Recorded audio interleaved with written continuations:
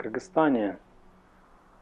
Да, в принципе, я особо ничем не занимался. Уехала как турист, вот. Приехала через Испанию. Очень тяжелые времена, я вот сейчас вспоминаю, прям мурашки по коже. Скажем так, оплата, может быть, кажется, что, конечно, намного лучше та, которая есть в Кыргызстане, но вы поймите, что вы будете заключены в 4 стены 24 часа в сутки.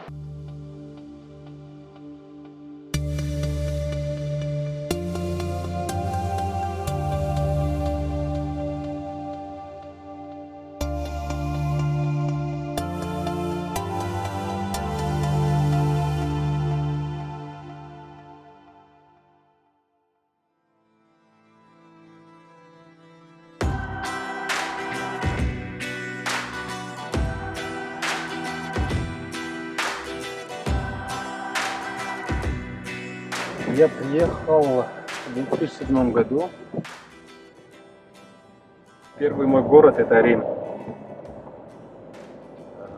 Время прожил где-то в совокупности где-то год. Вот. Потом переехал вниз в Неаполь, то есть в Казерту, точнее. Там город Казерт, там, может, вы видели там тоже, да. Ну, я там долго пробыл, где-то более 10 лет.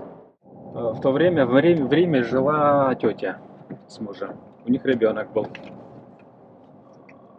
Сколько ему было тогда? Где-то 2 года, не знаю, или пол. Он маленький был, по-моему, даже год.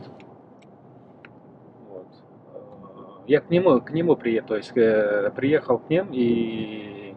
В гости? Не в гости, меня вообще-то отправили, чтобы хотел, ну там, где-то я себе по сознательному уровню я сказал, вот я 2 года поработаю, все, я уеду.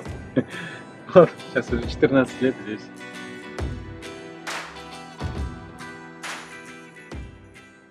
Какие работы были? На базаре работал, в пекарне работал, там помогал.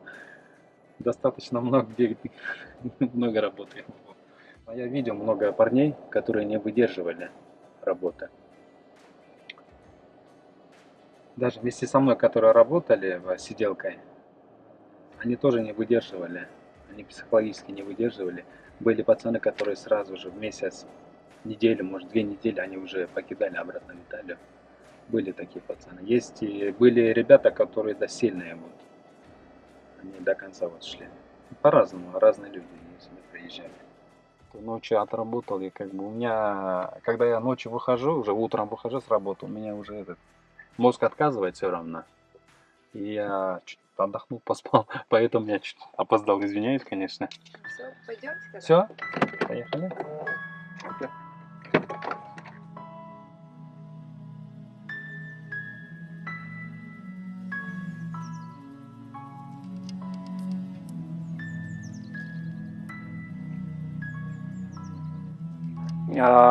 У меня такой билет был, то есть маршрут. То есть Бишкек, Москва и Стокгольм.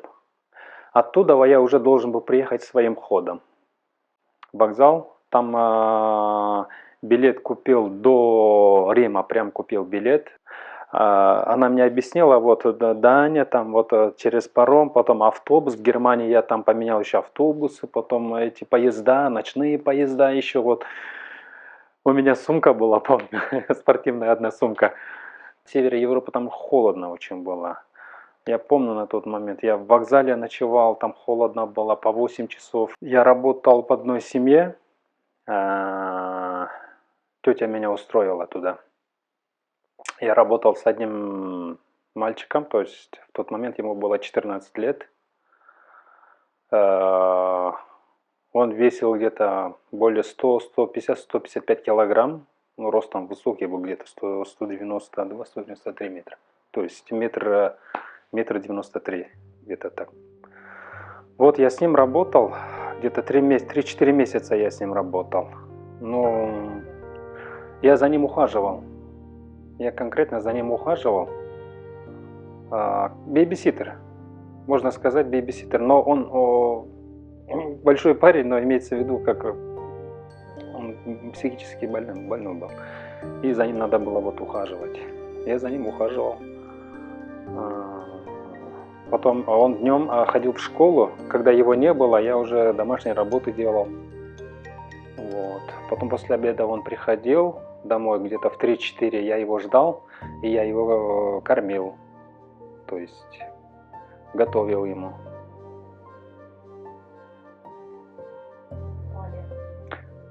Обязательно. В туалет он сам не мог ходить. Ему надо было помогать постоянно. Вот. Ну, в общей сложности, начиная с первой работы, где-то до 2011 года я только работал бейбиситером и сиделкой. То есть после этого парня я работал уже с пожилыми людьми. Тоже вот за ним ухаживал. Были, которые ходили, были, которые не ходили. Лежачие были. Вот. Как итальянское говорят, инфермером, вот сиделкой работал. Кушать готовил им, с ложки кормил.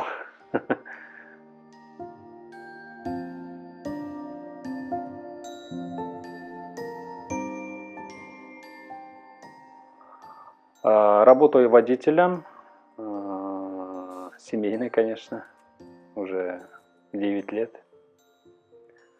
Вначале было трудно очень. Я много работы поменял, тоже было в этой сфере. Мне трудно было очень, я не мог себя найти. Я долго ходил, не мог найти себя. Потом столкнулся с... Видео посмотрел по ютубу, там есть знаменитая цитата Арнольда Шварценеггера. Вот, я постоянно вспоминаю, когда мне трудно. Он говорил, если тебе трудно дается что-то, ты должен это полюбить. Когда ты полюбишь, вот тогда будет легче.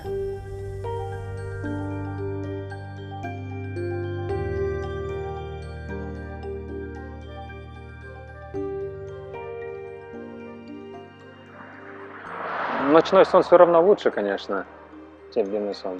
Днем как-то шумно, вот, надо перестраиваться, все. Иногда бывают дни, которые я просто 3 часа сплю и просто просыпаюсь и не могу уснуть, да. Бывают дни, сплю хорошо, но это опять же зависит тоже от организма, от всего, от факторов тоже. Бывает очень шумно, бывает по-разному бывает. У меня постоянный вид на жительство, только меняю паспорт и все, когда заканчивается. А итальянский уже не меняю. Нелегалом работать — это как бы ты в холостую работаешь, да? Потому что когда ты уже легально работаешь, ты составляешь контракт. Когда ты составляешь контракт, уже автоматически работодатель тебе платит налог за тебя. Он по закону за тебя должен платить налог государству, перечислять. И потом у тебя вот это копится, то есть на пенсионный фонд, и ты можешь уже получать итальянскую пенсию. Это, да, это еще зависит от, итальянцы называют это реддито, да, сколько ты зарабатываешь в год. Бывает дни, ты устаешь с работы, приходишь домой, дверь открываешь только, а дети прибегают, и вот это вот забывается усталость. Вот это вот самое, вот эти моменты, самые счастливые моменты в жизни, да? Ну, я посоветовал бы нашим парням, как есть же пословица, хорошо там, где нас нету. Вот, так что в любом месте можно расти, в любом месте. Это не зависит, ты в Кыргызстане находишься, или ты в Америке, или ты в Италии находишься. Это не имеет значения, не зависит от этого. Зависит только от самого человека, от желания, и все.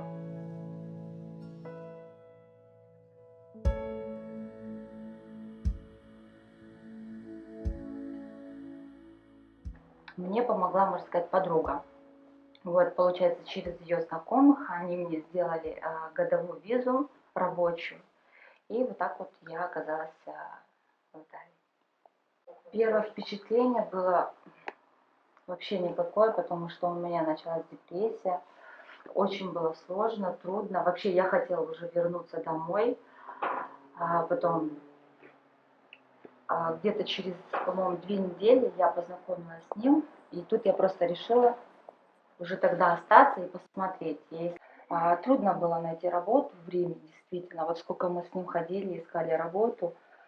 И я уже тогда маме позвонила, мама была в больнице, я сказала: мам, если я сейчас до конца января не найду работу, то я тогда уже приеду. В принципе, мама уже хотела, чтобы я уже приехала. И так получилось, что я еще так звонила, и что-то я так и не дозвонилась. И я помню, что 27 января, вот уже конец, к сожалению, у Ланы папа умер. И я помню, я его проводила, на следующий день он улетел, но я не знаю, как будто я чувствовала, мне было очень плохо. Я еще дозвониться до мамы не могла. Я его проводила, звонила к своей тете. Я сказала, почему мама не отвечает.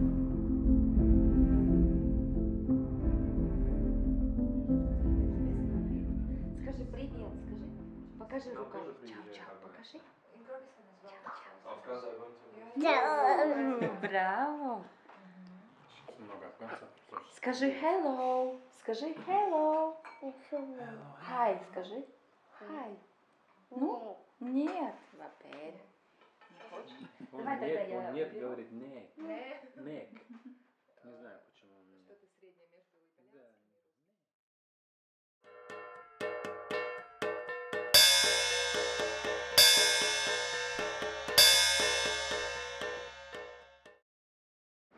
Più avanti? Ok. Sulla destra, ok, grazie. Не сказать, что именно выбрала этот город, это место, да, эту страну. Просто так получилось по семейным обстоятельствам. Пришлось уехать.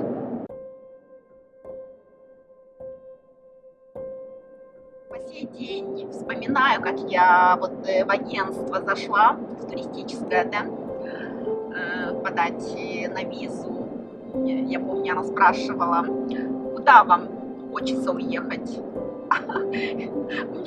У меня был такой ответ, хоть куда. Вот я говорю, боже мой, ну я не знаю, вот было такое состояние. Хотя подумать, думаю, боже, почему не далее, потому что на самом деле, наверное, это судьба. Осталась нелегально, так как у меня виза была только на 3 месяца, туристическая. Вот. И через буквально года 2 подала на документы, на санаторию и получила документы. Permessa. Tra 1 chilometro, alla rotonda, prendi la prima uscita su viale Giuseppe Mazzini. Siamo arrivati quasi. 5 минут. Вот смотрите мой образ, несмотря на то, что я здесь больше 20 лет нахожусь, но я с гордостью ношу вот наше национальное. Со мной приехала тоже одна моя подруга, не сказать подруга, моя знакомая, которая тоже хотела приехать сюда, как бы, ну, у нее, конечно, были совсем другие причины, она хотела приехать поработать и уехать, так как она была замужем, семья и все. И вот она почему-то на первый же день, вот когда мы как приехали в Неаполь, вот представляете такую картину, как бы, конечно, это не Неаполь, приехали на станцию Гарибальди. Она вот, у нее какое-то вот впечатление сложилось о Неаполе, вот, наверное, вот как будто это заканчивалось только этим районом. Она вот в тот же день решила уехать обратно. Но так как у нее не было денег, представляете, она заняла у меня деньги, то, что у меня было последние мои деньги, и уехала на второй же день. Я осталась, и вот было, конечно, очень тяжело в этом плане, потому что я осталась без денег.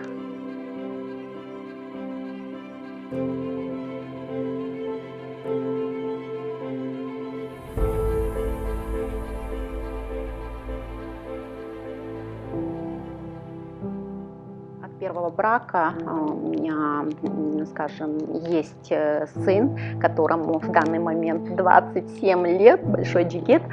Вот. И он, когда я уезжала, ему было всего 4 годика.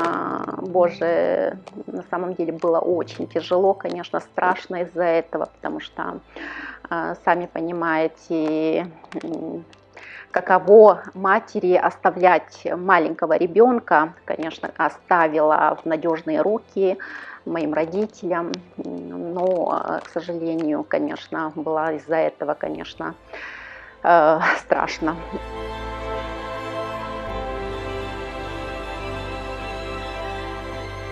Я прихожусь Айгуле двоюродной сестрой, меня зовут Мира, я тоже сейчас живу в Неаполе, уже почти 10-11 лет, как я здесь. И, конечно, про Айгулю, наверное, можно говорить очень много. Конечно, ей приходилось очень тяжело и трудно. То есть по сравнению с тем, чем она занималась в Кыргызстане, здесь ей пришлось работать, делать очень простую работу. Работать и в баре, работать в магазине. Но, тем не менее, потихоньку, как говорится, все встало на свои места. Встретила мужчину, да, и вот решили создать как бы семью, родила от него дочку, его зовут Дженаро. Девочке моей 17 лет по сей день, вот недавно буквально вот в июле исполнилось 17 лет, так что у меня тоже взрослые дети. В данный момент я занимаюсь моими танцами, вот, я артистка, танцовщица, в общем, пробую себя в мире спектакля.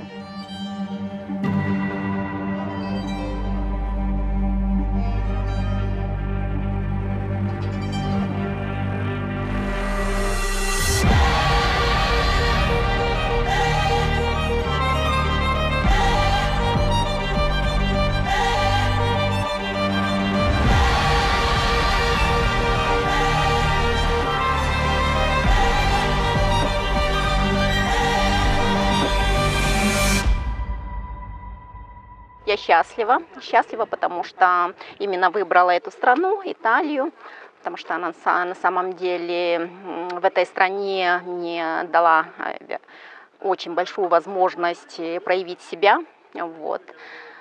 Достигла того, что я хотела, о чем я мечтала, вот. Поэтому, конечно, можно сказать, я себя реализовала как личность, поэтому я счастлива.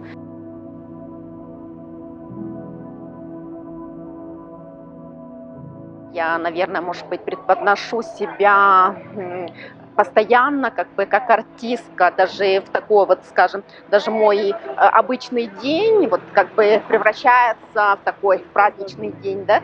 Вот кажется, все время я вот как праздник, поэтому, наверное, многим, может быть, это и не нравится, этот образ, но что поделать, как бы это мне нравится, и вот, может быть, из-за этого только могут быть какие-то комментарии. У меня есть и те, которые, как бы, кому и нравлюсь, кому и меньше.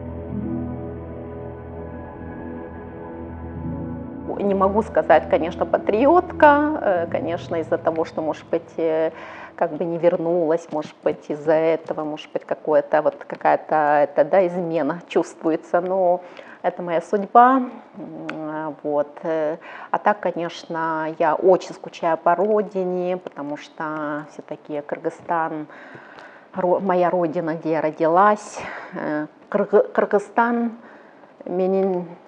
как же говорится, когда вот моя кровь,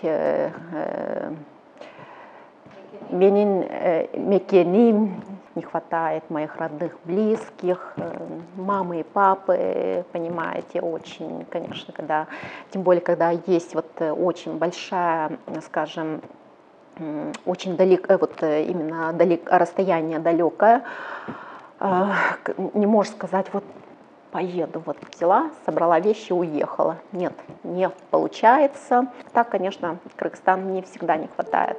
И из-за моего сына, потому что он все-таки сделал свой выбор, как я сделала мой выбор остаться здесь. И он, конечно, он тоже выбрал, остался там. Вот. Мне очень не хватает его и моих родителей. Я думаю, что очень тяжело тем, которые приезжают и не знаю, думают, вот легко там устроиться, работать или выбиться, чего-то добиться или кем-то стать, я вам скажу, что не так легко, сама по себе знаю, поэтому и многим, конечно, удается, и многим не удается, многие уезжают обратно.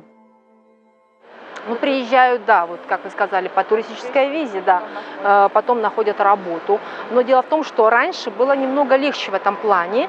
Дело в том, что через каждые несколько лет выходил закон, который разрешал нелегальному иммигранту легализоваться. Но, к сожалению, в последние годы с этим становится все тяжелее и тяжелее, потому что здесь, в Италии, в том числе не только в Италии, но и во всей Европе, к власти приходят, честно говоря, правые партии, которые не очень-то приветствуют вот такую миграцию извне. Италия, конечно, страна прекрасная. Здесь все красиво, как говорится, и природа, и искусство, еда, климат. Но вот чисто мое мнение, я не могу давать советы, но вот чисто мое мнение, например, я считаю, что наши молодые кыргызстанцы, люди молодые, образованные, говорящие на нескольких языках, я думаю, все-таки для них, наверное, лучше все-таки оставаться в Кыргызстане и поднимать наш Кыргызстан, развивать его экономику, его культуру, не знаю, идти в политику, в конце концов, чтобы что-то поменять в жизни кыргызстанцев и в целом страны. Приезжая в Италию, вообще, я думаю, в любую другую страну, вы должны быть готовы, что здесь вас ждет только тяжелая черная работа. Работа очень простая, очень примитивная, потому что, честно говоря, здесь, особенно в Италии и на юге Италии, где я сейчас проживаю, в Неаполе, очень высокая безработица среди самих итальянцев. Вы понимаете, почти 40% среди молодежи. Особенно, я думаю, что мужчинам, то есть здесь нет никаких возможностей реализоваться в профессиональном плане, так как наши дипломы здесь не признаются.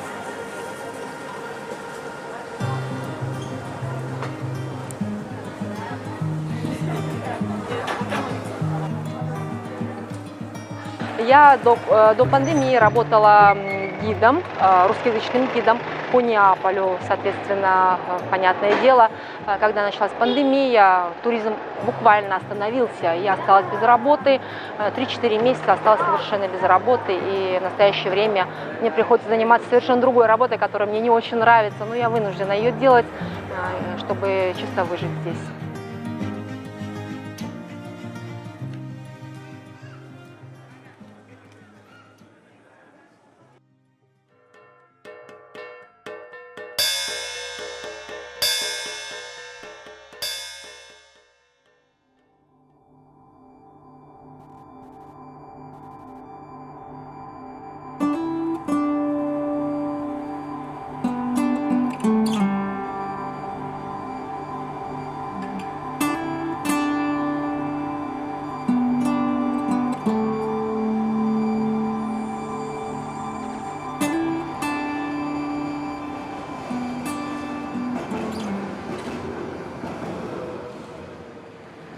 Мне пришлось взять ответственность, потому что я старшая в семье, у нас 4. Я начала учиться, плюс работать и помогать моей маме. А я очень хотела сделать что-то для моих братьев. Мне пришлось выбрать уехать за границу, и чтобы помочь семье. Меня обманули, к сожалению. Я очень хотела в Америку попасть, в Корею не получилось. И в Италию мне предложила моя знакомая. Она была тоже из Таласа, и ее звали Фатима. Про эту девочку я хотела всегда рассказать, потому что мне было 21 год, и не было тогда интернета, как сейчас. И она мне объяснила, что есть агентство, есть работа, ты знаешь английский, будет супер. И я поверила, я уехала. Была очень молодая, глупая, да, поверила в это. Потом уже поняла, что обратной дороги нету. Когда приехала в Италию, я поняла, что я приехала по туристической визе. Я заплатила по тем $2000. Это моя мама продала очень много, собрала там среди своих родных деньги, все нам помогли. Я уехала, Я не могла возвратиться, потому что не было обратной дороги, мне было стыдно. Я осталась в Италии нелегально. Вот эта девушка, она сама была в разных городах Европы, и она так, не знаю, рассказывала, что у нее есть знакомые. Я поверила, что меня встретят, меня никто не встретил. Благо, у меня было 500 евро в кармане. Это большие деньги для Кыргызстана. Было очень трудно. Я не принимала ни страну, ни язык, ни ситуацию, где я находилась. И 2-3 года я плакала, плакала в подушку, улыбалась днем и работала. И родить маме, например, не говорила ничего, потому что не хотела ее тоже расстраивать. Я работала на уборках, я поработала с бабушкой, я еще и подрабатывала ночью, там здесь называют компания бабушек, когда бабушки боятся спать одной, когда они одиноки. И я шла к ним ночью, не спала на квартире, а спала с ними, чтобы еще подзаработать.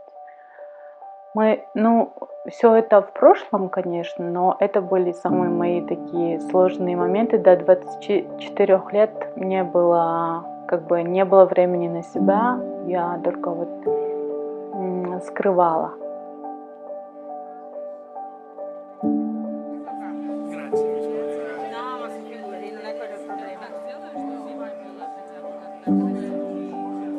Я тогда осознала все и приняла эту страну. Я начала учить итальянский хорошо. Поменяла работу. Я уехала прям, например, оставила ту семью, где я работала, объяснив, что я не хочу так работать. У меня, например, диплом, который я окончила. Я не зря училась. И получилось, что я рискнула, уехала пробовать себя, попробовала в разных городах поработать. В Неаполе, в Риме поработала. И приехала в 2015 году в Милан. И кажется, это была судьба.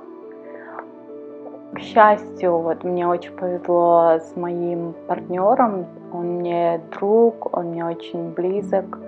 Он даже больше, чем... Я всю жизнь искала кыргыза в Италии. Но получилось так, что встретила мексиканца, итальянца, да, он микс, у которого кыргызская душа,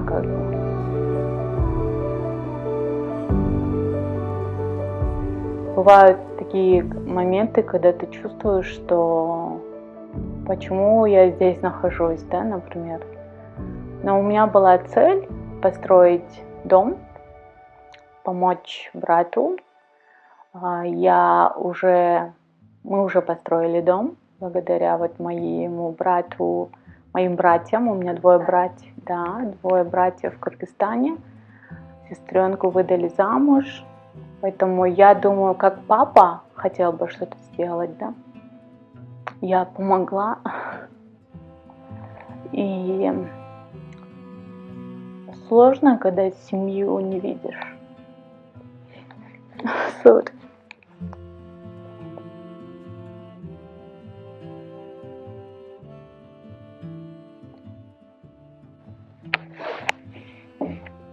Grazie.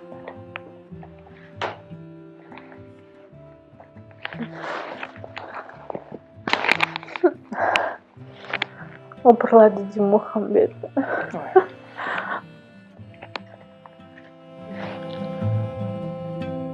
Понимаю, что очень много времени прошло, и я не увидела, например, как они поженились. Да, старший женился, у него 2 детей. Я не увидела ничего, именно. И то, что плохо, то, что ты потеряла время и не можешь быть рядом с семьей. Моя цель вначале была помочь нашим соотечественникам, чтобы им было легче, не зная языка, не зная закона, не зная адвокатов. Ты не можешь, конечно, требовать, да, что-то, чтобы они платили. И мы вот сейчас у нас Кыргызстан и Италия работает уже 4-й год официально. Напишите, как будет ясно, как вы узнаете, куда вы приехали. Она даже не знает, куда приехать. Мне сейчас позвонили кыргызы, которые прилетели 16 сентября. Одна из девушек взяла чужой чемодан и сейчас находится на Сардинии. В аэропорту, да? Нет, уже на Сардинии дома. Да, мне кажется, там очень, да, несколько человек молодых, первый раз, которые летели. И они даже вот не могут сказать мне, в какой аэропорт прилетели. Так как она мне отправила аудиосообщение, что она прилетела и бежала в другой аэропорт, чтобы взять самолет в Калгари. Но я вот не понимаю. Я позвонила уже полиции, полиция сказала, что никакого заявления не поступало. И я должна сейчас вот понять весь процесс, как происходил. 326. 326. Dunque 352 352. Oppure cambiando le ultime tre cifre 297. 297. Ok. Ok, la ringrazio, grazie mille. Salve.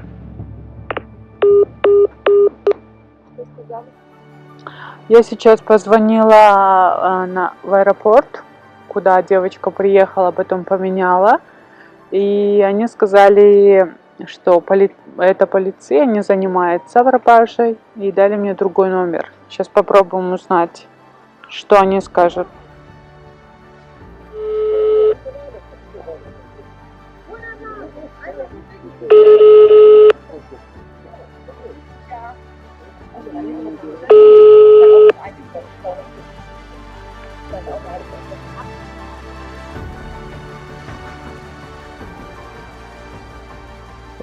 Два молодых жителя Токмака, молодые люди, одному 20 лет, другому 23 года. Они вот по такому же объявлению, по договоренности с турецким каким-то гражданином, они выехали в Турцию для того, чтобы работать матросами на яхте. Была сказана такая информация, что они будут работать на яхте, возить людей в туристические какие-то поездки. Им был куплен билет, их, значит, в Турции встретили, их как бы трудоустроили, но фактически сама основная цель, оказывается, данного вот этого, значит, приглашения была в том, что они непосредственно стали участниками такого преступления, как перевозка нелегалов. В настоящее время один из этих молодых людей находится в итальянской тюрьме. Один из них погиб в море, когда итальянская полиция их захватила при перевозке нелегалов в Сирии из Пакистана.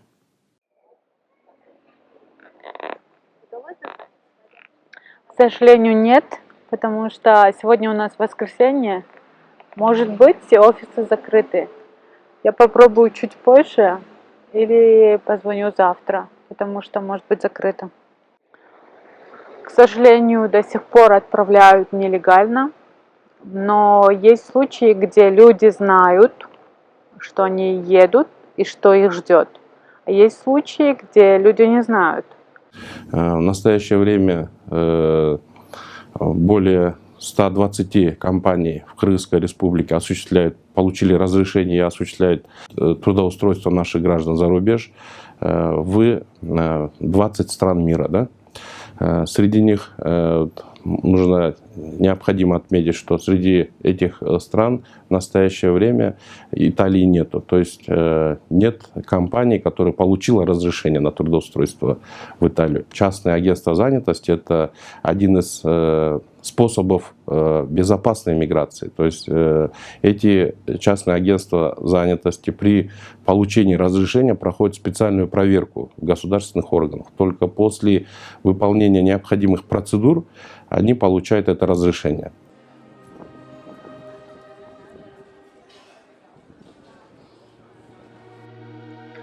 Ну, если они знали уже там, в аэропорту, поняли, что взяли чужой чемодан, надо было предупредить. И, наверное, вот они думали, что билет сгорит, может быть.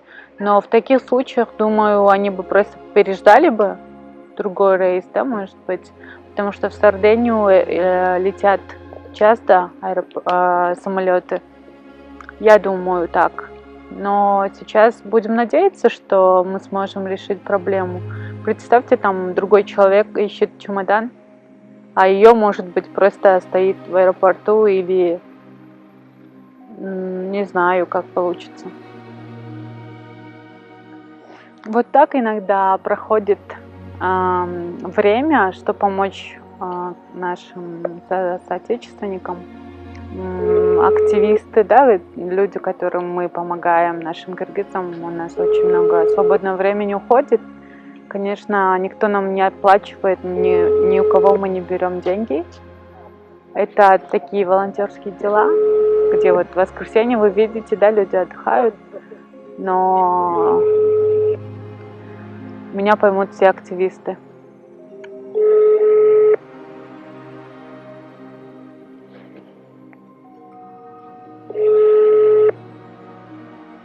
Не отвечают.